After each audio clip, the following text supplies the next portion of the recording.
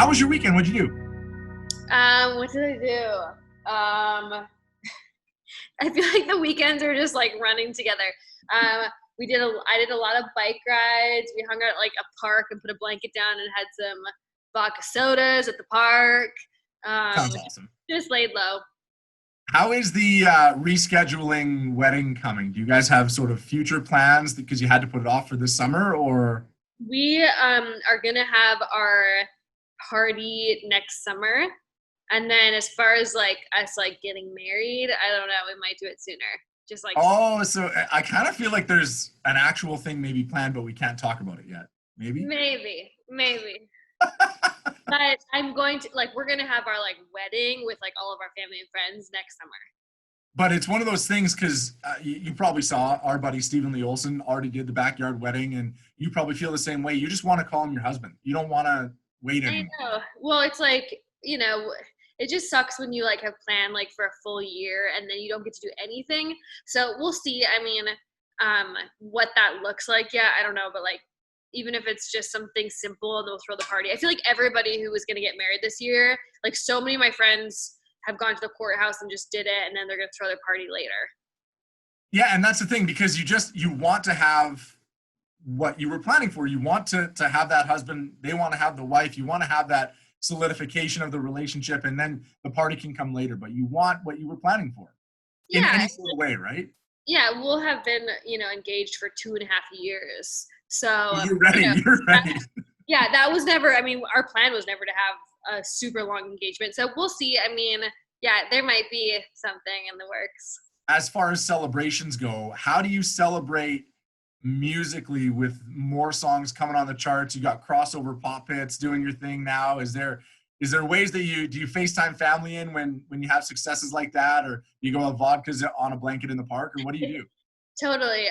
Yeah, it's so weird because like you can't do, you can't have like number one parties, or you can't celebrate the same way. So, we'll probably just do something super low key, just me and Jake, and, maybe FaceTime people. It's so weird. Like, I don't know how things are going to kind of go down. At the end of the day, as much as I like connecting with people over FaceTime because you still get to see their face, having that celebration just isn't the same trying to cheers your webcam as you toast success, right? This whole thing has like made me appreciate like time with people so much more. Like before, the odd time I felt, because I was so busy, like, oh, I just want a night at home to like Netflix and chill, and now I'm like, no more Netflix and chill. I'm so over it.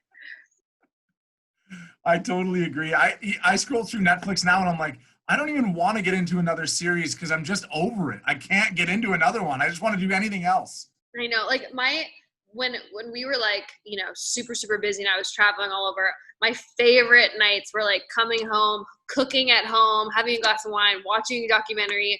And now I'm like, oh my God, I can't cook one more meal at home. But I know we're all, facing the same thing, but it is challenging sometimes. It's a little difficult, but it must be kind of wild for you, because normally when you have all these things going on, seeing other people gearing towards top 5 in Canada and these days doing its thing crossover wise and on American country radio, normally you'd be out touring all the radio stations and playing festivals. And is it crazy for you with all this happening to just be sitting at home and having to watch that happen? Yeah, it is. It's not how I expected it all to go down. I obviously would much prefer to be playing shows and on tour and finishing my radio tour.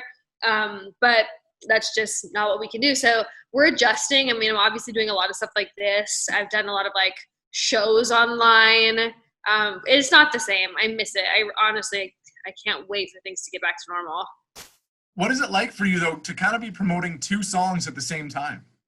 It's weird. Like, I've had meetings with like my team being like, so when you say my single, you have to really know like who you're talking to, depending on what song. And like right now I'm on, I don't even know, like 4 different formats. So it's just like with 3 different songs, because Seeing Other People, These Days, the country version, and then These Days, the remix. So it is a little confusing, but it's also like really fun to have multiple things going. How did the crossover kind of come into your wheelhouse? Did your management say there's interest from pop radio, or did you say I kind of want to do a different version and see how it does? How does that work? No, like it was so not a plan. It wasn't like anything I had even thought about. I mean, of course, like I've seen other artists do it, but that was not anything that I was planning or talking about.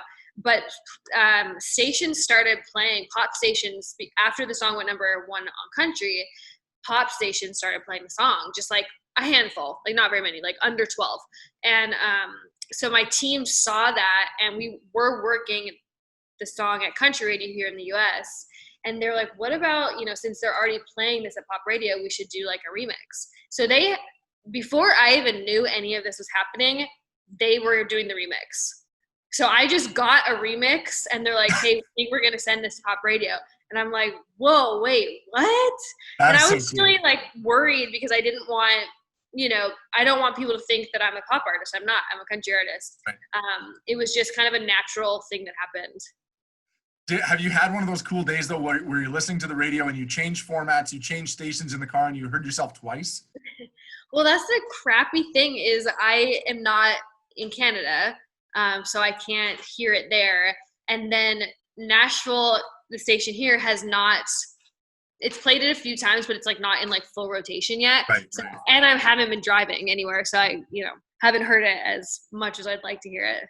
But that day when it comes, because it will come, because all over the place, your songs just are rise, rise, rise.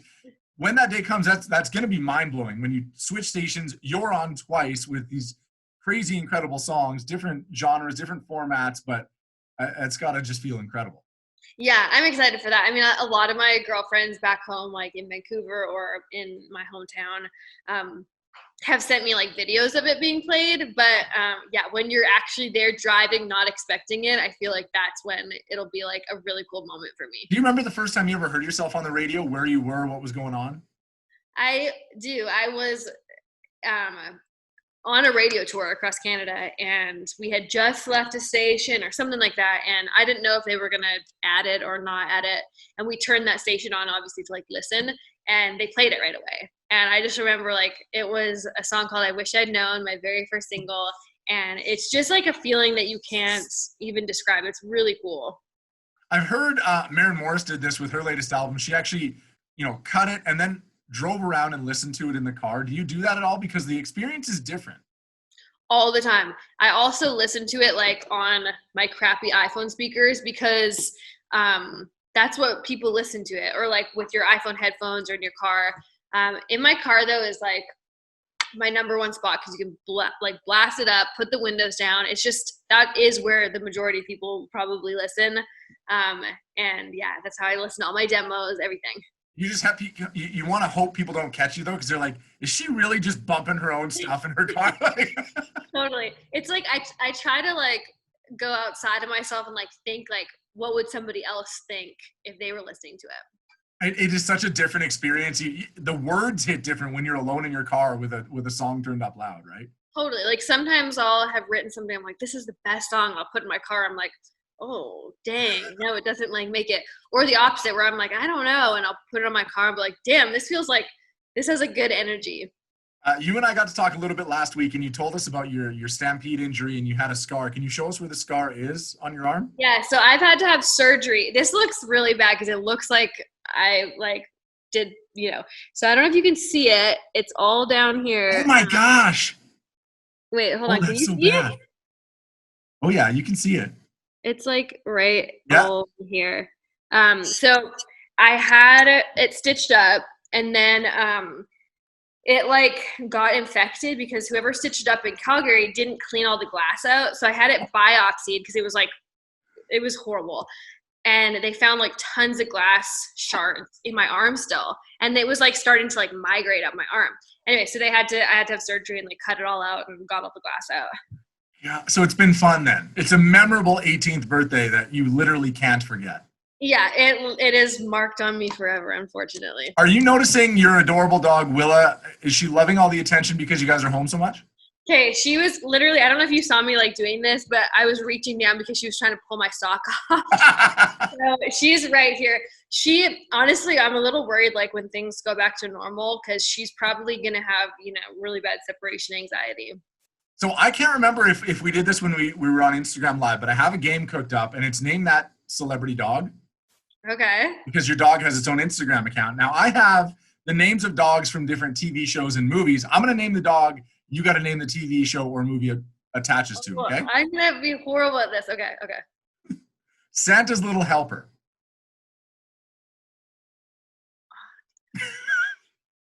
I don't know. I have no idea. Elf? The Simpsons. Oh. You don't watch The Simpsons? I was never allowed to watch The Simpsons growing up. Like, I think my mom thought it was bad or something. So I've seen some, but like, no, not that much. Pongo. Oh my gosh. I literally am like, I'm looking over to Jake to see if he has any idea. I see you like you're trying to phone a friend. It's a Disney movie. I'm gonna have to phone a lot of Classic friends. Disney movie. Pongo. Pocahontas? 101 Dalmatians. Oh. This one should be easy. Brian. Wait, what? Brian. Oh, Family Guy? Yes! This one, I don't know if you were a fan of the show growing up, but I think so. Comet. Can I have a hint? Yes, it is about a large family that lives together in San Francisco. Oh, Full House? There you go. So my brother lives in San Francisco, and we drove by like the place that Full House was. It's beautiful. I've always wanted to do that because it's like a tourist attraction now, right?